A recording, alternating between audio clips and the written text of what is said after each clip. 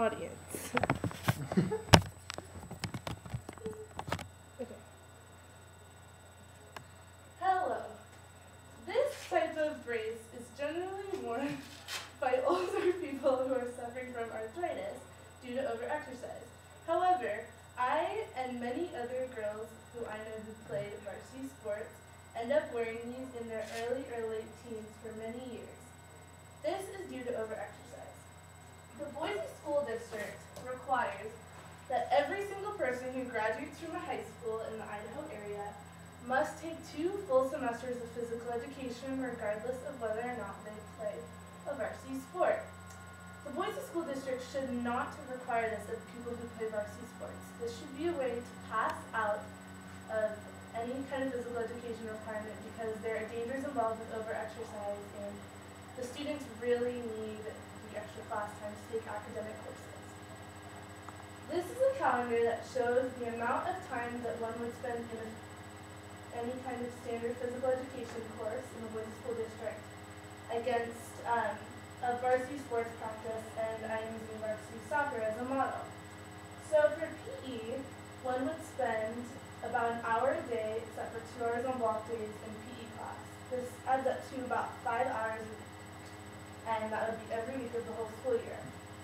For a varsity sport, practices are about an hour and a half, and bi-weekly games would be about 3 hours, and that is a total of 10.5 hours a week. As you can see, the time requirement for varsity sports is pretty much a perfect double of physical education, and when put together, that's 15 and a half hours of exercise a week. Now, just from this standpoint, that should definitely count as a PE requirement because not only are you taking pretty much the most competitive and fit athletes to be on varsity teams, but also time-wise, that's a lot more exercise and at a lot of a higher level than physical education, and definitely should take care of that requirement. Now, when you look at this kind of time, it's obvious that that is a lot of exercise, and there are risks that are involved with too much exercise. According to Wellspring.com, it can be really dangerous to your immune system to exercise so much because your antibodies and things that need to normally fight bacterial and viral infections are going to be used for stamina, they're going to be used for exercising, and so this can be dangerous to your health. There have even been instances where people have passed out or okay, or something like a common cold or flu has turned into a much more serious infection because the antibodies couldn't be designated to caring for this illness. And Associated Content released that you can be 60% more likely to develop a secondary infection if you are not well rested while you were ill. Now, in 15 and a half hours of exercise on average a week, that could definitely be detrimental to your health. Now, on the other hand, looking from the academic standpoint, one full year of classes, one full year of PE classes basically means that you are taking one less year of a rigorous academic course. And U.S. News and World Report has published that top schools across the country, Harvard, Stanford, the Ivy Leagues, they have lots of people who apply with full academic courses, all full years.